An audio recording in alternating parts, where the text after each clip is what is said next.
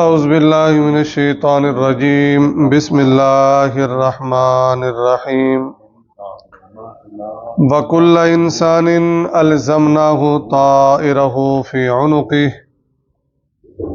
وَنُخْرِجُ لَهُ يَوْمَ الْقِيَامَةِ كِتَابًا يَلْقَاهُ مَنشُورًا وَكُلَّ إِنسَانٍ اور ہر انسان أَلْزَمْنَاهُ لٹکا دی ہم نے طائرہ اس کی قسمت، اس کا عمل نامہ بھی کہہ سکتے ہیں، یعنی جو کچھ اس نے کرنا تھا اچھائی برائی وہ ہم نے کیا کر دی، لکھ دی۔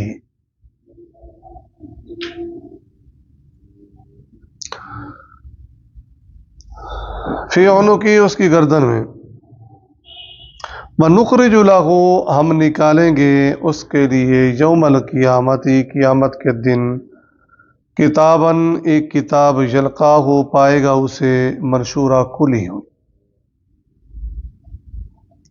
اللہ تبارک و تعالی نے قسمت لکھ دی ہے، اچھا ہے برا ہے، سعادت مند ہے بدبخت ہے، ٹھیک ہے۔ اب اختیار کیا ہے جی؟ انسان کے پاس ہے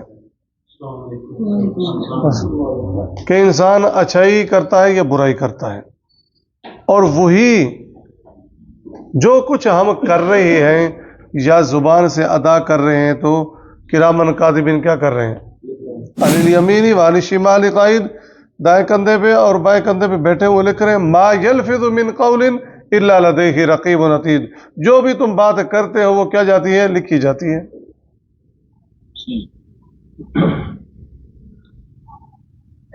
اب جو کچھ تم کر رہے ہو تمہاری قسمت تمہارے گلے میں لٹکا دی ہے، جو کچھ دنیا میں کر کے آؤ گے دن قیامت کے، وَنُخْرِجُ لَهُ يَوْمَ الْقِيَامَةِ كِتَابًا يَلْقَاهُ مَنشُورًا، اچھائی کر کے آئے وہ کتاب تمہارے سیدھے ہاتھ میں پکڑا دی جائے گی، فَيَقُولُ هَاؤُمُ اقْرَءُوا كِتَابِيَهْ، برائی کر کے آئے تمہارے بائیں ہاتھ میں پکڑا دی جائے گی۔ کوئی ان پڑھ تھا یا کوئی پڑھا لکھا تھا وہ پڑھ لے گا اپنے نام اعمال قیامت کے دن، یلقاہ منشورا، اس کو کھلی ہوئی پائے گا، خود پڑھ لے گا دوسرے بھی پڑھ لیں گے۔ اقرا کتابہ کا، پڑھ لے، اقرا کتابہ کا، اقرا مطلب پڑھ لے کتابہ کا، اپنی کتاب یعنی نامہ اعمال۔ اس میں کسی قسم کی کوئی نہ اس میں اضافہ ہوگا نہ اس میں کمی ہوگی۔ سورۃ کہف میں آتا ہے کہ جب یہ مجرم آئیں گے ان کو کتاب ان کے سامنے رکھی جائے گی تو کہیں گے یا ویلتنا، یا ویلتنا، ہے افسوس، ما لی ھذا الکتاب لا یغادر صغیرۃ ولا کبیرۃ الا احصاھا، اس کتاب کو کیا ہو گیا، چھوٹا گناہ بھی نہیں چھوڑا، بڑا بھی نہیں چھوڑا، چھوٹی نیکی بھی نہیں چھوڑی، بڑی بھی نہیں چھوڑی، وَوَجَدُوا مَا عَمِلُوا حَاضِرًا، جو کچھ کیا ہوگا سامنے پائیں گے۔ تو یہ اللہ کے لیے کوئی مشکل ہے؟ اب لوگ اس میں تعویلیں کرتے ہیں، مثالیں دیتے ہیں، ہم کوئی مثال نہیں دیتے۔ وَكَانَ اللَّهُ عَلَىٰ كُلِّ شَيْءٍ قَدِيرًا، اللہ سب کچھ کر سکتا ہے، عاجز نہیں ہے۔ کیسے حساب کرے گا، کیا کرے گا، جیسے وہ کرنا چاہے وہ کر سکتا ہے۔ تو کہا جائے گا جی پڑھ اپنا نامہ اعمال، کافی ہے بنفسی کا، تو خود کافی ہے، تو خود الیوم آج کے دن علیہ کا اپنے خلاف حسیبہ حساب لینے والا، خود یہ اپنی کتاب سامنے رکھ تجھے پتہ چل جائے گا کیا کیا۔ فَمَن يَعْمَلْ مِثْقَالَ ذَرَّةٍ خَيْرًا يَرَهُ وَمَن يَعْمَلْ مِثْقَالَ ذَرَّةٍ شَرًّا يَرَهُ۔ من اہتدیٰ، جس نے ہدایت پائی، فإنما، تو یقیناً، یہتدی، اس نے ہدایت پائی، لنفسہ، اپنے لیے۔ کوئی ہدایت کے راستے پر چل رہا ہے تو کسی پہ احسان نہیں کر رہا، اپنا فائدہ کر رہا ہے۔ کوئی نیکی کر رہا ہے تو کسی پہ احسان نہیں کر رہا، اپنے لیے کر رہا ہے، وہ اسی کے اپنے کام آئے گی۔ ومن ضل فإنما يضل علیہا، اور جو گمراہ ہوا تو وہ گمراہ ہوا اپنے لیے، کسی کا کیا اس نے بگاڑا، یا کیا بگاڑے گا؟ یہ گمراہی کا وبال کس کے اوپر آئے گا؟ اسی کے اوپر آئے گا۔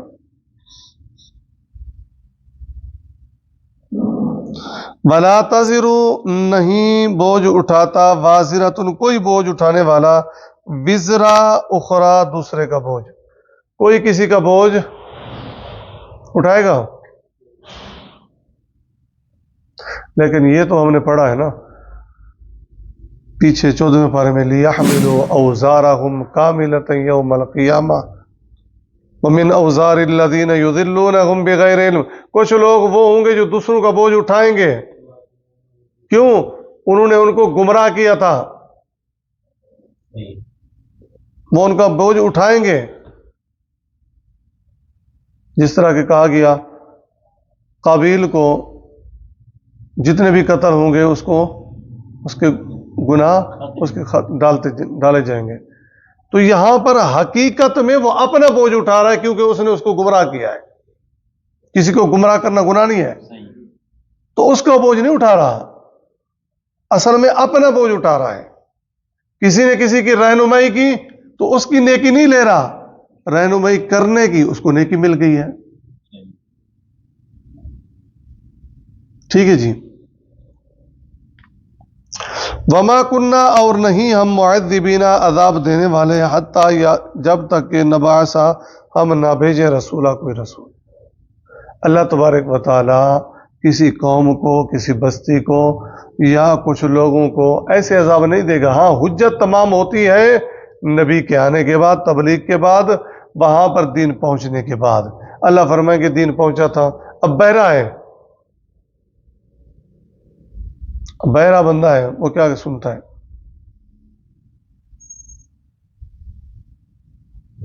بچہ فوت ہو گیا، ابھی وہ مکلف ہی نہیں ہے،